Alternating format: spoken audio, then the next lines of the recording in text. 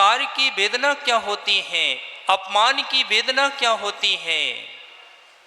कोई तलवार मार दे, कोई तलवार मार दे तो उसकी वेदना तो कम होती है, कोई हथियार से मार दे तो वह घाव तो शीघ्रता से भर जाता है, परंतु जो कटु वचन होते हैं उनका घाव भवों भवों में भी नहीं भर पाता है। इसलिए आचार्य भगवान पूज्यपाद स्वामी ने इष्टोपदेश ग्रंथ का वर्णन किया। उन्होंने नहीं कहा कि मैं कटु वचनों को बोलूंगा, उन्होंने नहीं कहा कि मैं कड़वे प्रवचन करूंगा, उन्होंने कहा मैं तो अमृत के समान इष्टोपदेश को, जो इष्ट करने वाला है, जो इष्ट होने वाला है, जो इष्टता को प्रदान करने वाला है, ऐसे में तीर्थंकर प्रभु के इष्ट वचनों को संग्रहित करके यहाँ पर प्रस्तुत करूंगा। आचार्य पूज्यपाद स्वामी ज्ञानियों, ये मत समझना अभिषेक भाई, ये मत समझना अतिशय भाई कि हमने जैन कुल में जन्म लिया है तो धर्म हमारा ही है। धर्म उन सभी प्राणियों के लिए है, गुरुओं का उपदेश उन सभी प्राणियों के लिए है जो आत्म कल्याण के मार्ग पर चलना चाहते हैं। ये भूल मत कर लेना माताओं, ये धूल मत कर लेना, क्योंकि जितने भी हमारे तीर्थंकर हुए हैं वो एक भी तीर्थंकर जैन नहीं थे। क्या? एक भी तीर्थंकर जैन नहीं थे, सभी क्षत्रिय थे। और उन्होंने जब देखा कि शांति का मार्ग, इष्ट का मार्ग, सिद्धत्व का मार्ग, सुख का मार्ग, आनंद का मार्ग एकमात्र जिन मार्ग है जैनत्व का मार्ग है, तो वह निर्घंत अवस्था है। उन्होंने जैन धर्म को स्वीकार करके सिद्धत्व को प्राप्त कर लिया। ऐसे ही आचार्य पूज्यपाद स्वामी भी जैन कुल में उन्होंने जन्म नहीं लिया था, जैन कुल में जन्म नहीं लिया था, उन्होंने ब्राह्मण कुल में जन्म लिया था। कमल भैया कीचड़ में कमल खिलता है। कहाँ? तो ये मत सोचना कि कीचड़ में जो खिलता है कोई काम की चीज नहीं है, कीचड़ में भी कमल खिल सकता है। ध्यान रखना, जब कीचड़ में कमल खिल सकता है तो अपने अंदर जो भगवती आत्मा है उस आत्मा से परमात्मा भी बन सकता है। आचार्य पूज्यपाद स्वामी। बोटू भैया, आपका नाम क्या है? आपका नाम क्या है? सुमत नाम है ना आपका? इनका नाम है सुमत, लेकिन ये किस नाम से प्रसिद्ध हो गए? बोटू भैया के नाम से। ऐसे ही आचार्य जो पूज्यपाद स्वामी थे उनका नाम पूज्यपाद नहीं है, उनका नाम है देवनंदी आचार्य। क्या नाम था? लेकिन इतने अतिशय साति से योगी थे, इतने अतिशयकारी थे कि उनके विषयों को देख करके देवों ने आकर के उनके पाद पद्मों की पूजा की, इसलिए उनका पूज्यपाद नाम प्रचलित हो गया। ये सब प्रश्न लिखते जाना, क्योंकि पेपर में ये सब आने वाला है, ठीक है ना? तो पूज्यपाद नाम कैसे पड़ा? कि देवों ने आकर के उनके चरणों की, उनके पादों की, युगल चरणों की पूजा की, इसलिए उनका नाम पूज्यपाद पड़ गया। ऐसे पे पूज्यपाद स्वामी, जहाँ पर कर्नाटक में हमारा कनकगिरी तीर्थ है, वहाँ पर केरल और तमिलनाडु के मध्य सीमा पर कर्नाटक में ब्राह्मण कुल में कोले गांव में श्री माँ श्री देवी और पिता माधव भट्ट के सुपुत्र कोले ग्राम में आचार्य पूज्य पाद स्वामी का ब्राह्मण कुल में जन्म हुआ। और ऐसे योगी हुए पूज्य पाद स्वामी धरती पर कि उनको संस्कृत का इतने प्रकांड विद्वान थे, उनको भाषाओं का इतना अच्छा ज्ञान था कि उन्होंने अनेक ग्रंथों का सृजन किया। उन्होंने एक ऐसे औसत शास्त्र का सृजन किया कि आज दुर्भाग्य से वो औसत शास्त्र हमारे लिए उपलब्ध नहीं है। लेकिन बड़ी बड़ी प्रशस्तियों में यहाँ तक कि अजैन विद्वानों ने भी आचार्य पूज्य पाद स्वामी का नाम लिख करके अनेक आयुर्वेद ग्रंथों का संकलन किया और उन्होंने लिखा प्रशस्ति में कि हमने यह ग्रंथ आचार्य पूज्य पाद स्वामी के आयुर्वेद ग्रंथ से संकलित किया हुआ है। ऐसे भगवत श्री पूज्य पाद स्वामी ने ये लघु समय सार के रूप में, जहाँ पर आचार्य कुंद स्वामी ने अध्यात्म और न्याय के साथ समय सार के ग्रंथ की रचना की। और यहाँ देखें हम आचार्य परंपरा में पूज्य पाद स्वामी हैं, अमृतचंद स्वामी हैं, इनकी लेखनी इतनी अद्भुत है, इतना मधुर लिखते हैं, इतना मधुर लिखते हैं कि एक बार उनकी कृति को कोई उठा ले तो पूरा पढ़े बिना वह रह नहीं सकता है। ऐसा यहाँ पर आचार्य पूज्य पाद स्वामी ने नीति और अध्यात्म को देखिए प्रयोग, जहाँ आचार्य कुंद स्वामी ने अपनी समय सार में न्याय और अध्यात्म विद्या को समाहित करके और समय सार आदि 84 पाहुड़ ग्रंथों का सृजन किया। इधर आचार्य भगवान पूज्य पाद स्वामी ने आज से 1500 वर्ष पूर्व, 1500 वर्ष पूर्व 5वीं 6ठी शताब्दी में उन्होंने इस 51 अनुष्टुप छंद में इष्टोपदेश नाम का ग्रंथ का सृजन किया। यह इतना महत्वपूर्ण है और अध्यात्म का सार इसमें भरा हुआ है, जिसको कि आज 1500 वर्ष व्यतीत होने पर भी हमारे द्वारा इसका वाचन किया जा रहा है और सभी समाज में इसका बहुमान है। आचार्य पूज्य पाद स्वामी ने इष्ट का मतलब होता है प्रिय। आवाज आ रही है? समझ आ रहा है आवाज? इष्ट का मतलब होता है प्रिय, महत्वपूर्ण जो वस्तु है, और वांछनीय। और उपदेश का मतलब होता है शिक्षा, सीख, सलाहें, प्रवचन। इष्टोपदेश का मतलब क्या है कि आचार्य पूज्य पाद स्वामी ने जन जन को प्रिय लगने वाले अनुकूल वांछनीय प्रवचन प्रदान किया है। और यह अध्यात्म का सागर है और नीतियों का भंडार है। इसमें जैनी नीति, आध्यात्म नीति का प्रत्येक छंद में जैनी नीति का प्रयोग किया गया है। ये अध्यात्म क्या है? मनुष्य के लिए 72 कलाएं हुआ करती हैं। श्रेष्ठ मनुष्य वही कहलाता है जो 72 कलाओं में निष्णात हुआ करता है। और 72 कलाओं में कोई सर्वश्रेष्ठ कुछ है तो वह अध्यात्म विद्या है। 72 कलाओं में सर्वश्रेष्ठ कौन सी विद्या है? अध्यात्म कला। जिसके जीवन में अध्यात्म कला आ गई, समझो कि वह संसार से तरकर के सिद्धत्व को प्राप्त करने वाला है। एक बार की घटना है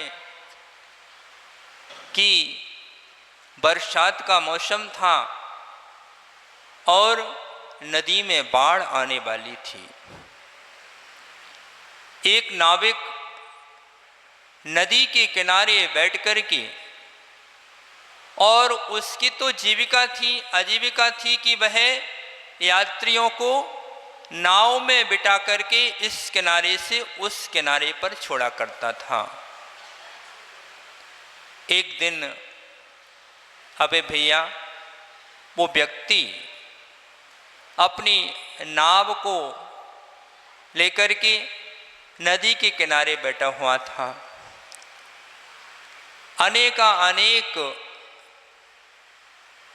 पढ़े लिखे लोग आकर के उसकी नाव में बैठ गए और कहा कि भैया हमको, अनुराग भैया, नाविक से बोले कि हमारे लिए उस ओर छोड़ दीजिएगा। अब लोगों की आदत होती है कि यात्रा करते हुए या कहीं पर जाते हुए चर्चाएं प्रारंभ कर देते हैं, और माताओं को तो चर्चाएं बहुत अच्छी लगती हैं। तो पढ़े लिखे लोग आपस में चर्चाएं प्रारंभ हुई।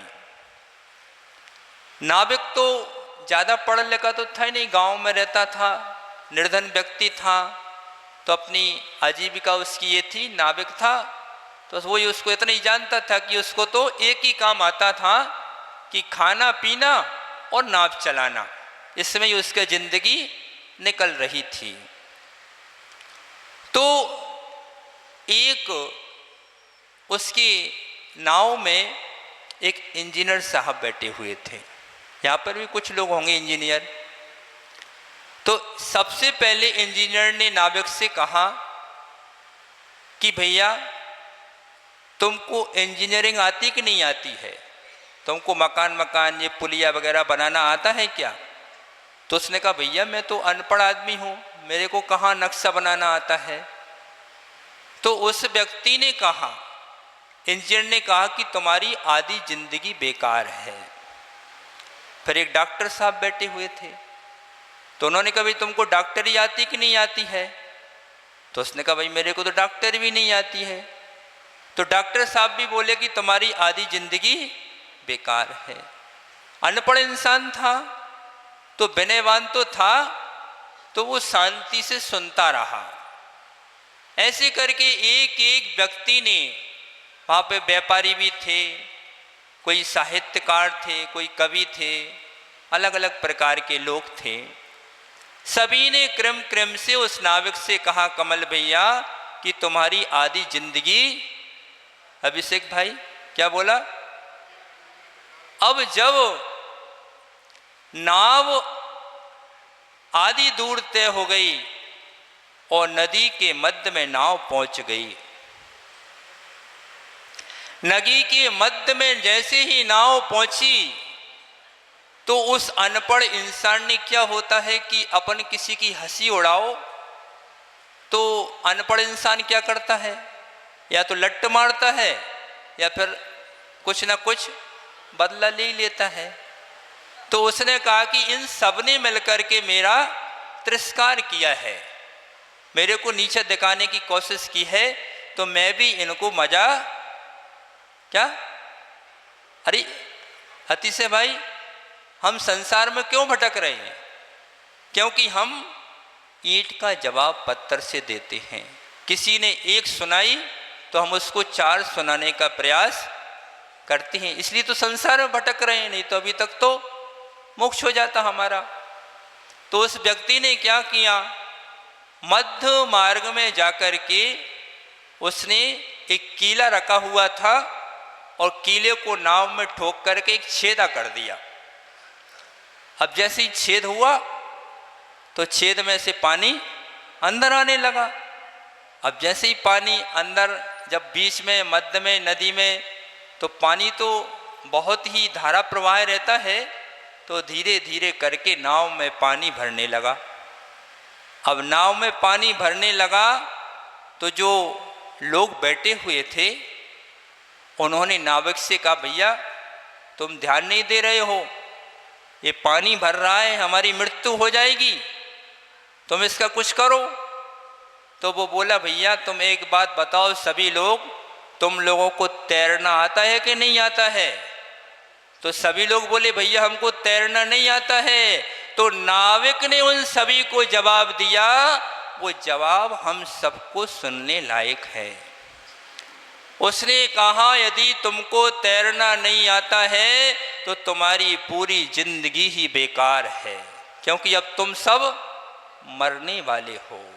अब तुम्हें मौत से कोई भी नहीं रोक सकता है। क्या ये उनकी जिंदगी का सवाल नहीं है, ये हम सबकी जिंदगी का सवाल है। क्योंकि इस संसार में आपके लिए सभी कार्य आते हैं। लड़ना आता है, झगड़ना आता है, पढ़ना आता है, पढ़ाना आता है, खिलाना आता है, बनाना आता है, नृत्य आता है, गान आता है, सब कुछ आता है। लेकिन जिसके पास अध्यात्म विद्या नहीं है तो समझ लो कि भव से पार नहीं हो सकते हैं। आप कितनी भी साधना कर लो, तप कर लो, उपवास कर लो, कुछ भी कर लो, जाप कर लो, लेकिन जब तक समता के परिणाम नहीं हैं, आत्मा में संतोष नहीं है, तब तक हमारी मुक्ति होने वाली नहीं है। तो जितने भी योगी हुए, बड़ी बड़ी योगियों पर बोटू भैया हमारे यशोधर मुनिराज पर सर्प डाल दिया, लेकिन वे अध्यात्म विद्या के बल पर उपसर्ग को सहन किया। यशोधर मुनिराज पर मरा हुआ सर्प डाल दिया। ऐसी ऐसी चिल्लाती मुनिराज को एक बेंतर ने उपसर्ग कर दिया। तीर्थंकर महावीर पर रुद्र ने उपसर्ग कर दिया। कितनी सारे अकंपनाचार्य आदि 700 मुनिराजों को देखो, उन पर उपसर्ग किया। उन्होंने वह उपसर्ग एकमात्र अध्यात्म विद्या के बल पर सहन किया। ऐसी ये अध्यात्म विद्या, यदि शांति को देने वाली कोई विद्या है तो वह अध्यात्म विद्या है। कष्ट तो सभी पर आती हैं, लेकिन जो अध्यात्म विद्या को जान लेता है उन कष्टों को सहन करके उन कष्टों को ही हरा देता है। आपने कभी विचार किया ये साधु संत कैसे सहन करते हैं? किसी ने अशुभ शब्द भी बोल दिया तब भी वे उत्तर नहीं देते हैं। वो क्या है? किसी ने मान लो कि हम लोग जा रहे हैं मार्ग से, किसी ने बोल दिया अरे ये तो पागल हैं, पागल हैं, तो हमको कैसे उस कष्ट को सहन करना है? किसी ने हमको पागल भी बोल दिया तो हम क्या सोचते हैं, सही तो बोल रहा है। जो पापों का गालन करे, जो पापों को गलाए, वही तो सच्चा पागल है, तो हम तो पागल ही हैं। किसी ने मान लो बोल दिया बोटू भैया महाराज जी जा रहे हैं, किसी ने बोल दिया अरे ये तो लुच्चा है, लुच्चा है, तो हमको उत्तर नहीं देना है। हमको क्या सोचना है? हमको समीचीन सोचना है। हमको क्या सोचना थी से भाई कि हम केसों का लुंचन करते हैं तो लुच्चा है, उसमें क्या है?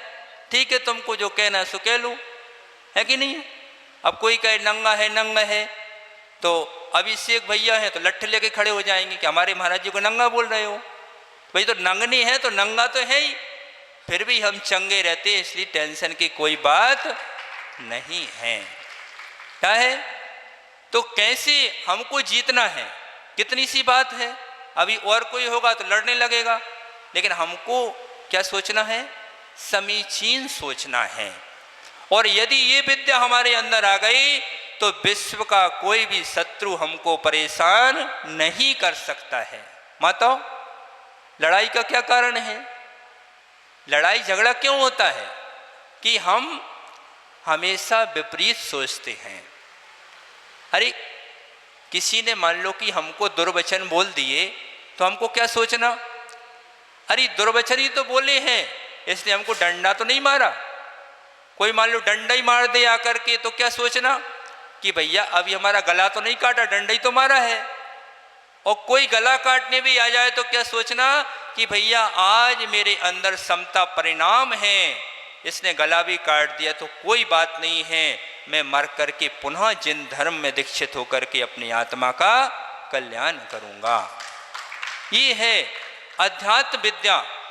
तो ये इष्टोपदेश हमको पढ़ते पढ़ते इस विद्या में निष्णात होना है। किस विद्या में निष्णात होना है? अध्यात्म विद्या में, कि कोई हमें कितना भी सताएगा लेकिन हम उसका उत्तर नहीं देंगे। क्या? और यदि ये कला अपने अंदर आ गई तो किसी की ताकत नहीं है कि तुमको सता पाए, क्योंकि धर्म से बड़ा संसार में कुछ भी नहीं होता है। यदि हमारे पाप का उदय है तो हमें कोई कष्ट पहुंचा सकता है, और यदि हमारे पुण्य का उदय है तो संसार का कोई भी व्यक्ति हमारे लिए हमारा बाल बांका नहीं कर सकता है। तो आचार्य भगवंत ने ये यथा नाम तथा गुण स्वरूप यहाँ पर परमानंद शालिनी चैतन्य मालिनी भगवान आत्मा का कथन करने वाला, इस स्वरूप का संबोधन करने वाला इष्टोपदेश ग्रंथ लिखा हुआ है। इसके अंदर जो विषय समय सार में आचार्य कुंद कुंद स्वामी ने भरा है, वही का वही विषय भैया इस लघु समय सार के रूप में इष्टोपदेश में भरा हुआ है। आचार्य भगवान कहते हैं, हमेशा आचार्य श्री कहते हैं कि हमारे अध्यात्म का कोई गुरु है तो वो समाधि तंत्र और इष्टोपदेश ग्रंथ है। आचार्य पूज्यपाद स्वामी के जिनेन्द्र बुद्धि कहते थे उनको। आचार्य पूज्यपाद स्वामी का एक विशेषण था जैनेन्द्र बुद्धि, जिनका पंचम काल में जन्म लेने के उपरांत भी जिनेन्द्र भगवान की तरह उनकी विज्ञा थी, और महाकवि थे जिन्होंने 10 भक्तियों का सृजन किया, जन्मावली से एक पाठ का सृजन किया, समाधि तंत्र ग्रंथ का सृजन किया, सिद्धि प्रिय स्तोत्र का सृजन किया, इष्टोपदेश ग्रंथ का सृजन किया, और शब्दावतार न्यास पाणिनि व्याकरण पर कार्य किया, जैनेन्द्र न्यास नाम का ग्रंथ लिखा, सार संग्रह नाम का ग्रंथ लिखा, और सर्वार्थ सिद्धि की टीका की, और जैनेन्द्र व्याकरण लिखा, और शारदा स्तोत्र का उन्होंने लेखन किया। ज्ञानियों, ऐसे वैयाकरण दार्शनिक महाकवि और इनके लिए आचार्य जिनसे स्वामी ने आदि पुराण में लिखा कि ये कवियों में तीर्थंकर यदि कोई कहलाता है हमारी श्रवण परंपरा में, तो वे आचार्य भगवान पूज्यपाद स्वामी हैं। और इनको औषध शास्त्रों का इतना ज्ञान था कि इन्होंने अपने ज्ञान के बल पर ऐसी जड़ी का इनको ज्ञान था कि उसका पैरों में लेप लगा करके ये गगन में विहार किया करते थे। रिद्धि प्राप्त नहीं थे, लेकिन इनको ऐसी जड़ी का बोध था कि उस जड़ी को घिस करके पैरों में लगा करके एक गगन में विहार किया करते थे। और ऐसा भी उल्लेख आता है कि ऐसी किंवदंती है कि आचार्य पूज्यपाद स्वामी और आचार्य कुंद कुंद स्वामी विदेश क्षेत्र में भी गए हुए थे। एक बार हमने कनकगिरी तीर्थ, शायद आप लोग कोई गए होंगे, कनकगिरी तीर्थ के पास में ही इनका जन्म स्थान है, और कनकगिरी के पहाड़ से इनका जन्म स्थान दिखाई देता है। इनका इतना अतिशय है कि जहाँ पर कनकगिरी के पहाड़ पर बैठकर के ये ग्रंथों का सृजन किया करते थे, आज भी वहाँ पर इतना चमत्कार है। कोई कितना भी असाध्य रोग से पीड़ित हो, यदि वहाँ पर एक मान स्तंभ बना हुआ है, वहाँ आकर के कोई परिक्रमा करता है तो उसके पूरे के पूरे रोग शोक दूर हो जाया करते हैं। कनकगिरी पर्वत पर कर्नाटक में और आज भी जहाँ कनकगिरी गांव है, आज भी वहाँ पर अजैन बंधु इतनी श्रद्धा करते हैं पूज्यपाद स्वामी पर कि कोई भी पीड़ित होता है, बीमार होता है, तो वे आचार्य पूज्यपाद स्वामी का स्मरण किया करते हैं। और उस गांव में आज भी 1500 वर्ष निकलने के उपरांत भी कोई भी व्यक्ति रात्रि में भोजन नहीं करता है। और आचार्य पूज्यपाद स्वामी ब्राह्मण कुल में उनका जन्म हुआ, लेकिन एक दिन उन्होंने देखा, एक ऐसा दृश्य उन्होंने देखा कि एक नाग मुख में मेढक को दबाए हुए है। एक सांप ने अपनी मुख में मेढक को दबाए हुए है और मेढक एक छोटी सी मछली को अपने मुख में दबाए हुए है। इस दृश्य को देख करके उनको वैराग्य उत्पन्न हो गया और उन्होंने घर द्वार छोड़ करके निर्घंत दीक्षा को प्राप्त कर लिया। ऐसे घोर तप करने वाले आचार्य पूज्यपाद स्वामी भीषण गर्मी में सूर्य की तरफ मुख करके ध्यान किया करते थे। ऐसे घनघोर तप करने वाले आचार्य पूज्यपाद स्वामी के जीवन में ऐसी एक घटना घटी कि उनकी आंखों की ज्योति चली गई। बोटू भैया, आंखों की ज्योति चली गई और उन्होंने जब आंखों की ज्योति गई तो कहते हैं अन्यथा शरणम नास्ति तमेव शरणम मम। तीर्थंकर भगवान की शरण को प्राप्त करके उन्होंने शांताष्टकम शांति स्तोत्र का पाठ किया। उनकी आंखों की ज्योति ज्यों के त्यों वापस आ गई। और आज भी ऐसा अतिशय है शांताष्टकम का कि आचार्य अभी जो वर्धमान सागर महाराज जी हैं, आचार्य वर्धमान सागर जी, इनकी भी एक बार ज्योति चली गई थी और उन्होंने शांताष्टकम का पाठ किया, शांति भक्ति का पाठ किया। उनकी 3 दिन के उपरांत आंखों की ज्योति वापस आ गई। ऐसे ऐसे स्त्रोतों का सृजन आचार्य पूज्यपाद स्वामी ने किया। इस धरती पर जब तक जैन धर्म का नाम रहेगा तब तक आचार्य पूज्यपाद स्वामी की रचनाएं इसी तरह पढ़ी जाएंगी। ऐसे प्रमाणित आचार्य भगवान पूज्यपाद स्वामी ने इस ग्रंथ का लेखन किया और इस श्रवण संस्कृति को अनमोल साहित्य संपदा प्रदान की। यहाँ पर हम इस इष्टोपदेश ग्रंथ का वाचन करेंगे जो अध्यात्म का सागर है। और सबसे बड़ी बात है कि इसमें जैनी नीतियों का प्रयोग किया गया है कि किस प्रकार से हम नीतिज्ञ बन करके, क्योंकि कहते हैं कि जिसको रीति नीति का ज्ञान होता है वो संसार में किसी भी क्षेत्र में पराजित नहीं हो सकता है। इन युवाओं को तो नीति शास्त्र जैसे कि कुरल काव्य है, नीति वाक्यामृतम है, इष्टोपदेश है, इनको पढ़ना चाहिए और अपने जीवन में उत्कृष्टता को प्रदान करना चाहिए। ऐसे इतना महत्वपूर्ण ग्रंथ है ये इष्टोपदेश, जिस पर आचार्य प्रभाचंद्र स्वामी ने इसकी टीका की और पंडित श्री आशाधर जी ने इस पर टीका की। आचार्य गुरुदेव श्री विशुद्ध सागर महाराज जी ने इस पर इष्टोपदेश भाष्य नाम का ग्रंथ लिखा। एक सर्वोदयी देशना नाम का ग्रंथ, इसी ग्रंथ पर उन्होंने सृजन किया।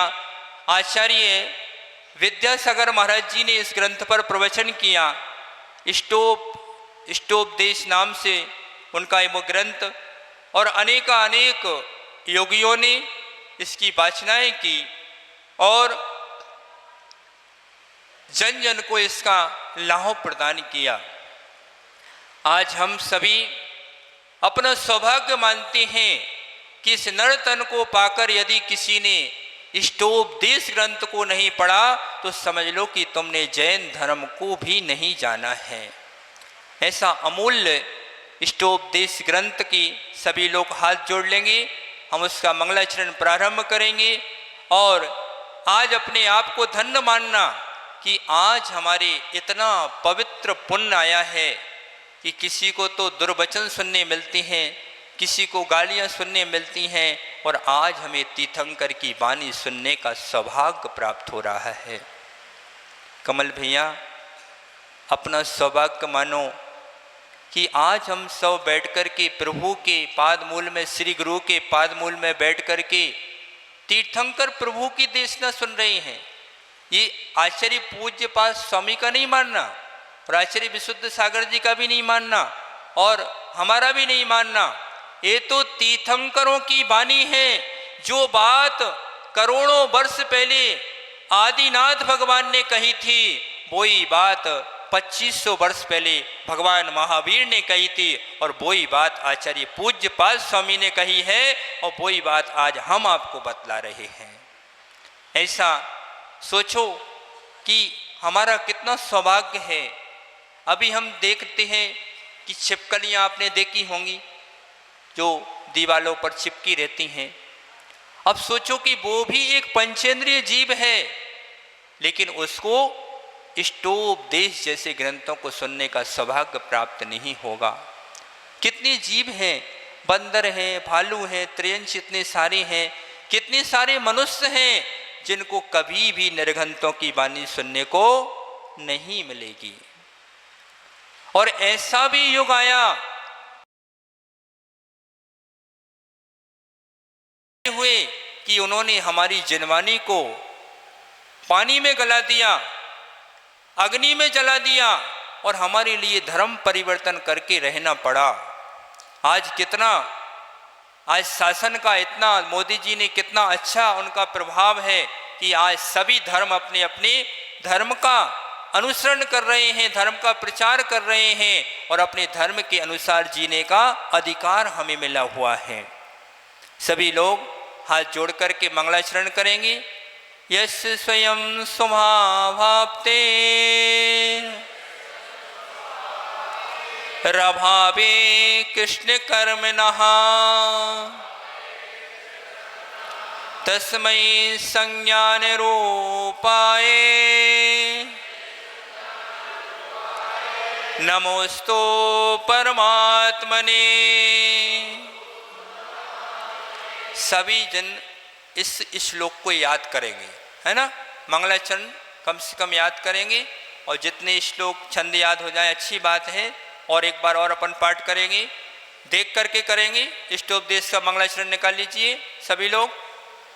यस स्वयं स्वभावाप्ते रभावे कृष्ण कर्मणः तस्मै संज्ञान रूपाय नमोस्तु परमात्मने। यस्य स्वयं स्वभावाप्ते रभावे कृष्ण कर्मणः तस्मै संज्ञान रूपाय तस्मै संज्ञान रूपाय नमोस्तु परमात्मने। सभी लोग एक बार उच्चारण करेंगे देख करके।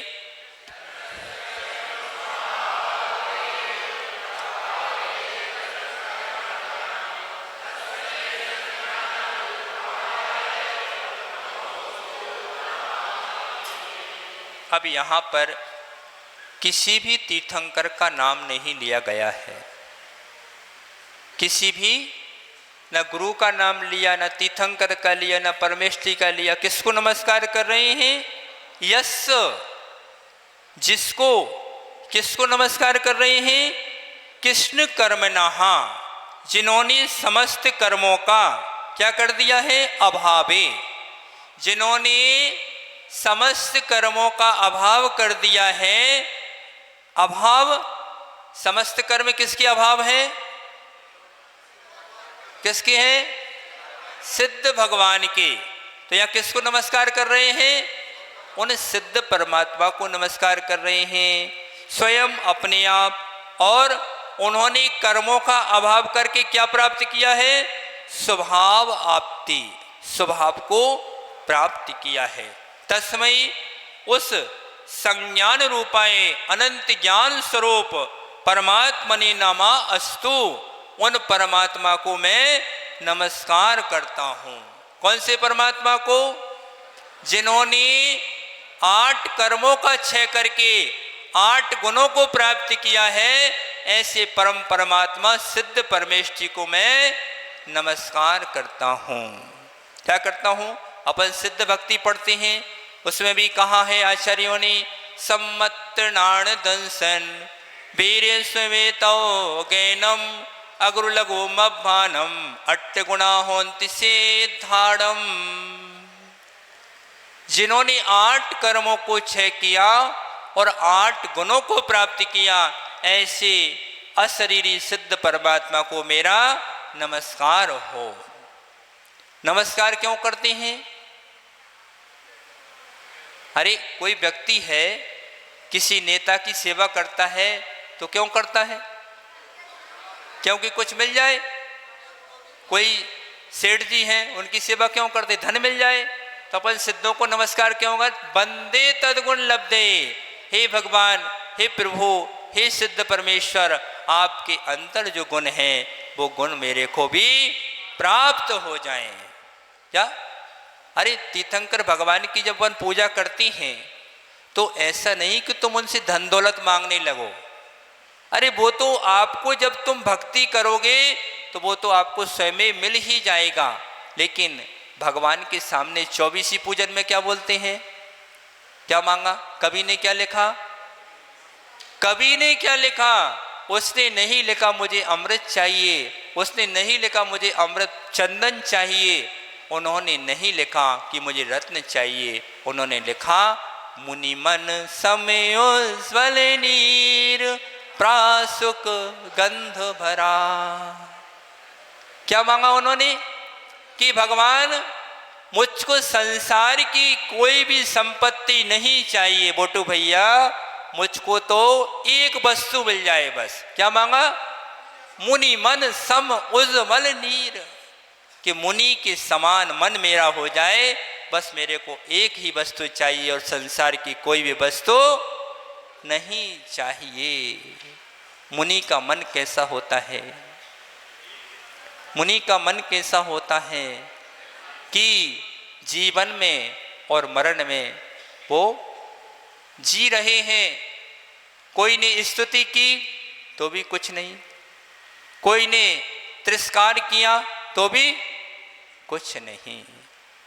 उनके लिए रत्न चढ़ा दो तो भी कोई बात नहीं है, उनके लिए चावल चढ़ा दो तो भी कोई बात नहीं है। ऐसे मुनि मन के धारी निर्घंत योगीश्वरों के चरणों में कोटि कोटि बार नमोस्तु इसलिए करना कि उन्होंने हमारे लिए इस श्रुत संपत्ति को प्रदान किया है। सबसे बड़ी कोई संपत्ति है मुमुक्षु जीव के लिए तो वह क्या चीज है? ये श्रुत संपत्ति है। क्योंकि श्रुत संपत्ति नहीं होती तो आज हम बैठ करके यहाँ किस चीज का पाठ करते और कैसे हम जिन मार्ग को जानते, कैसे हमारे अंदर वैराग्य की उत्पत्ति होती। और आचार्य भगवान ने कहा है कि जो व्यक्ति कलिकाल सर्वज्ञ आचार्य भगवान वीरसेन स्वामी ने क्या लिखा धवला जी पुस्तक में कि जो व्यक्ति गुलाब भैया श्रद्धा पूर्वक, स्वतंत्र भैया श्रद्धा पूर्वक अभिषेक भाई, जो व्यक्ति श्रद्धा पूर्वक तीर्थंकर भगवान के इन शास्त्रों का श्रवण करता है उसकी असंख्यात गुण श्रेणी कर्मों की निर्जरा हुआ करती है। क्या लिखते हैं भगवान कि जो जिसकी भवा बलियां प्रमोद भाई, जिसकी भवा बलियां अत्यंत न्यून रह गई हैं और जो भविष्य का भगवान है वो ही व्यक्ति तीर्थंकर भगवान की देशना को सुन सकता है। पापी जीवों को तो प्रभु की वाणी सुनने का सौभाग्य भी नहीं मिलता है। पापी जीवों को कहाँ इतना पुण्य है कि जिनवानी को सुनेंगे। उनका तो यही पाप का उदय है, उनको तो यही सुनना पड़ता है। कोई गाली दे रहा है, कोई लातों से मार रहा है, कोई कह रहा है हटो हटो चलो चलो। क्या है? एक वेद तीर्थंकर भगवान है, एक वेद तीर्थंकर भगवान है अनुराग भाई, वैभव भैया, एक वेद तीर्थंकर भगवान है जो दुनिया की किसी भी वस्तु को नहीं चाहते, तब भी उनके जन्म के महीनों महीनों पहले से रत्नों की वर्षा हुआ करती है। और एक वो भिखारी है गुलाब भैया जो सूखी रोटी के लिए मांग रहा है, फिर भी उसके लिए कोई रोटी का टुकड़ा नहीं दे रहा है। इस संसार की लीला तो देखो कि जो चाहते हैं उनको आधी रोटी नहीं मिल रही है, और जो नहीं चाहते हैं उनके घरों में आने के पहले रत्नों की वर्षा हुआ करती है। क्या? कर्मों की गति, कर्मों की गति न्यारी, पतली पेड़ पर, मोटे पेड़ पर अमियां छोटी और पतली बेल पर कद्दू भारी, कर्मों की गति न्यारी। देखा आपने कद्दू कहाँ लगता है? इतनी पतली बेल पर इतना बड़ा कद्दू लगता है। और कर्मों की गति देखो, इतने मोटे विशाल पेड़ पर छोटी छोटी अमियां लगती हैं। ये क्या है? कर्मों की लीला है, सब कर्मों का खेल है।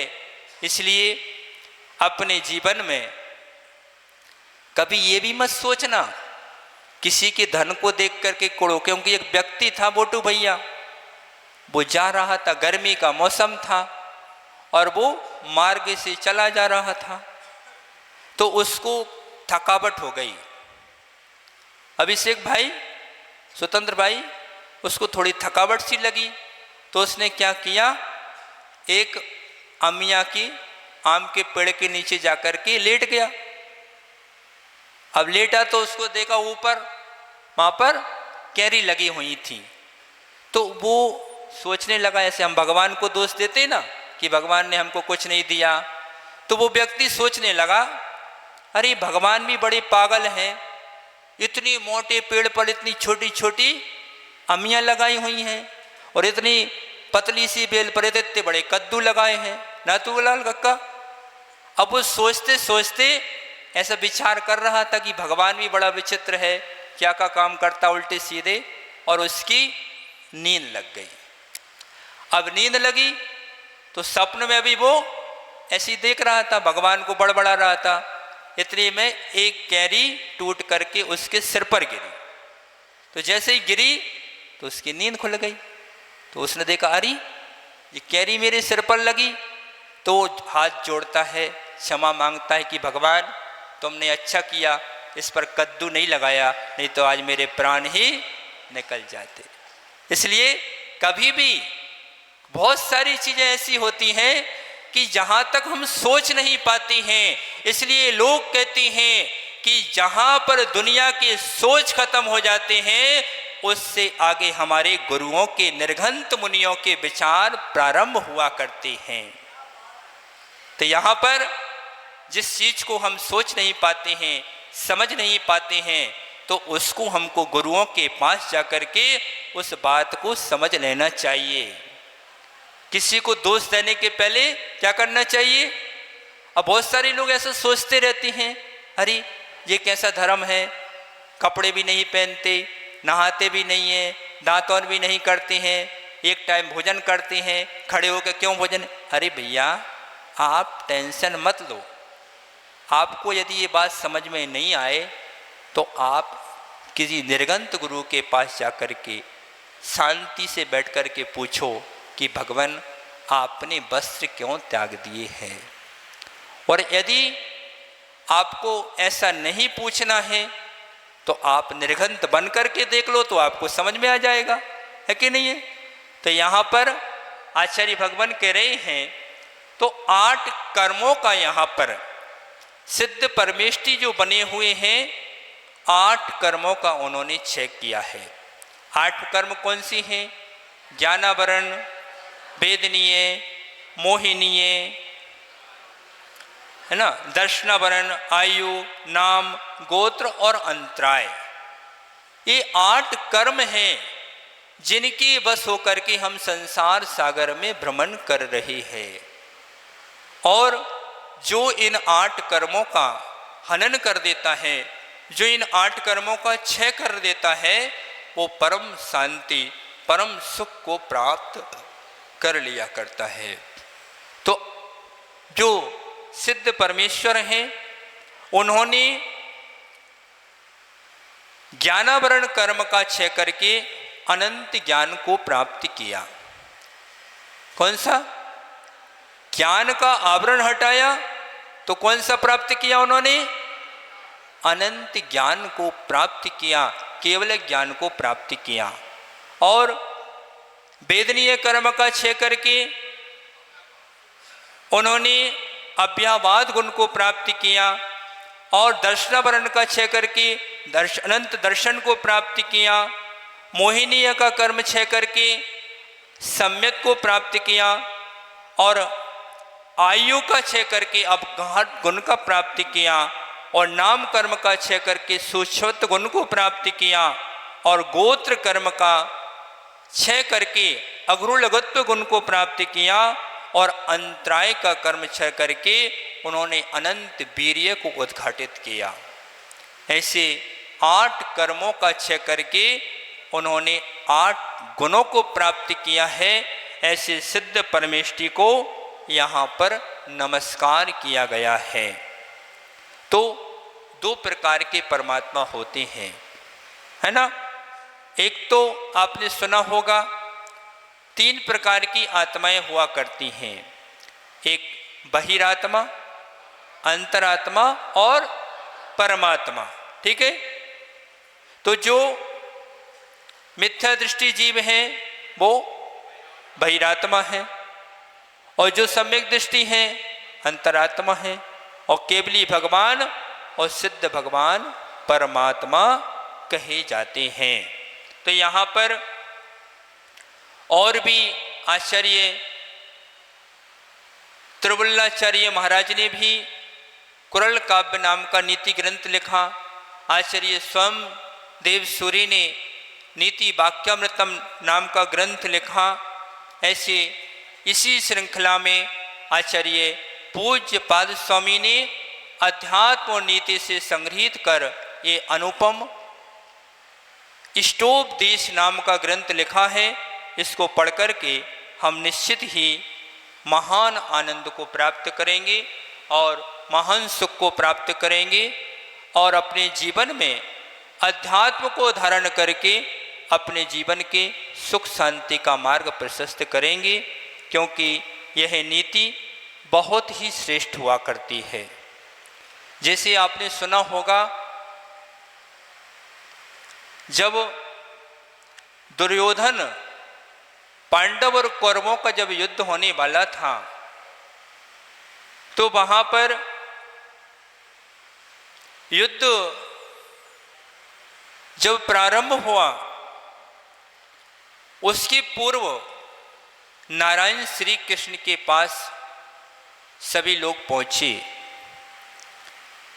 और विदुर भी वहां पर थे। तो विदुर को जब मालूम हुआ कि अब ये युद्ध टलने वाला नहीं है, कौरवों को भी समझाया, पांडवों को भी समझाया, लेकिन एक ने भी उनकी बात नहीं मानी। और जब उन्होंने देखा कि अब तो युद्ध होने ही वाला है, सबको पता है जब युद्ध होता है तो लोग मरते हैं, प्राणघात होता है, तब उन्होंने विदुर ने देखा कि पांडव भी मेरे रिश्तेदार हैं और कौरव भी मेरे रिश्तेदार हैं, मैं इनके मध्य रह कर के किसका पक्ष लूं, और उन्होंने जाकर के दीक्षा को ग्रहण कर लिया।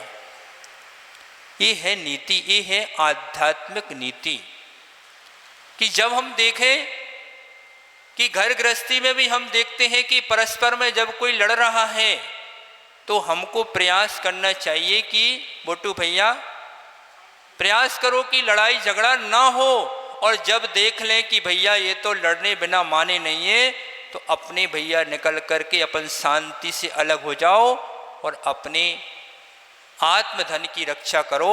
यही सर्वश्रेष्ठ नीति है। इसलिए हमारे तीर्थंकर भगवंतों ने उपदेश तो दिया, लेकिन किसी को पकड़ करके धर्म में नहीं लगाया। सबसे अच्छी नीति है कि भैया अपन प्रयास करो कि लोगों को समझाओ कि गलत मार्ग पर मत जाओ, लेकिन एक बात ध्यान रखना, जिसकी दुर्गति निश्चित हो जाती है वो बुरे काम करेगा ही करेगा, उसको तीर्थंकर भी आकर के रोक नहीं सकते हैं। ध्यान रखना ये बात, जिसकी दुर्गति का बंद हो चुका है उसको तीर्थंकर भगवान भी दुर्गति से नहीं रोक सकते हैं।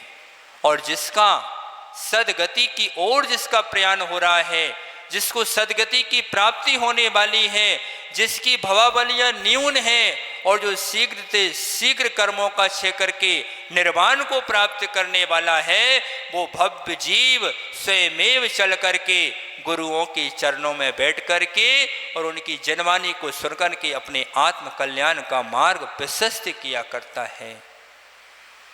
आपने सुना होगा गणेश प्रसाद जी वर्णी जी का नाम। अजैन कुल में जन्म लेकर के मड़ावरा नगर में पद्म पुराण का वाचन सुन रहे थे और उन्होंने सुना कि तीर्थंकर भगवान के दर्शन करने से करोड़ों करोड़ों उपवासों का फल मिलता है और रात्रि भोजन का त्याग करने से इतने इतने उपवासों का फल मिलता है। तो हाथ जोड़ करके खड़े हो गए, जैन समाज के सामने खड़े हो गए, सभी लोगों से बोलने लगे कि भैया मैं रात्रि भोजन का त्याग कर सकता हूं क्या, मैं भगवान के दर्शन करने आ सकता हूं क्या। देखो भाव, ऐसे परिणाम होते हैं जब भवितव्यता निकट आती है तो अपने आप से अंदर से ऐसे परिणाम होते हैं, संस्कार जागृत होते हैं कि हम भी निर्घंत गुरुओं के मार्ग पर चल करके अपने जीवन का कल्याण कर सकते हैं क्या। और जिसकी भवितव्यता निकट नहीं है उसके लिए आप कितना भी समझाओ, वो सम्यक मार्ग को प्राप्त नहीं कर सकता है। सम्यक दृष्टि की यही पहचान है, सबसे पहली पहचान है सम्यक दृष्टि की कि उसको यदि निर्घंत गुरुओं के चरणों में बैठने के भाव आ रहे हैं तो समझ लो तुम सच्चे सम्यक दृष्टि जीव हो और तुम्हारा मोक्ष निश्चित है। कोई भी तुम्हारे मोक्ष को, तुम्हारे शांति के मार्ग को नहीं रोक सकता है। इसलिए इस महान इष्टोपदेश ग्रंथ को पढ़ करके अपने जीवन में आत्मा के कल्याण का मार्ग प्रशस्त करेंगे और दूसरे श्लोक का उच्चारण करेंगे। योग्योपादान योगेन दृष्टा स्वर्णता मता द्रव्यादि शादि संपत्ता बात्मनोप्यात्मता मता योग्योपादान योगेन दृष्टा स्वर्णता मता द्रव्यादि शादि संपत्ता बात्मनोप्यात्मता मता। सभी लोग उच्चारण करेंगे।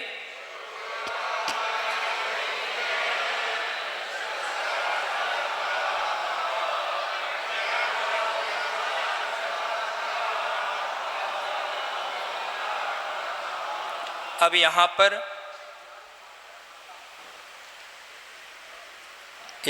आचार्य भगवान योग उपादान की चर्चा कर रहे हैं कि योग उपादान और योग नपुंस से कार्य की सिद्धि होती है। इसको हम कल समझेंगे। अभी पूज्य आचार्य भगवान यहाँ पर आने वाले हैं और सभी लोग हाथ जोड़ करके खड़े हो जाएंगे, पूज्य आचार्य भगवान को नमस्कार करेंगे। परम पूज्य आचार्य भगवान श्री गुरुदेव विशुद्ध सागर जी महाराज की।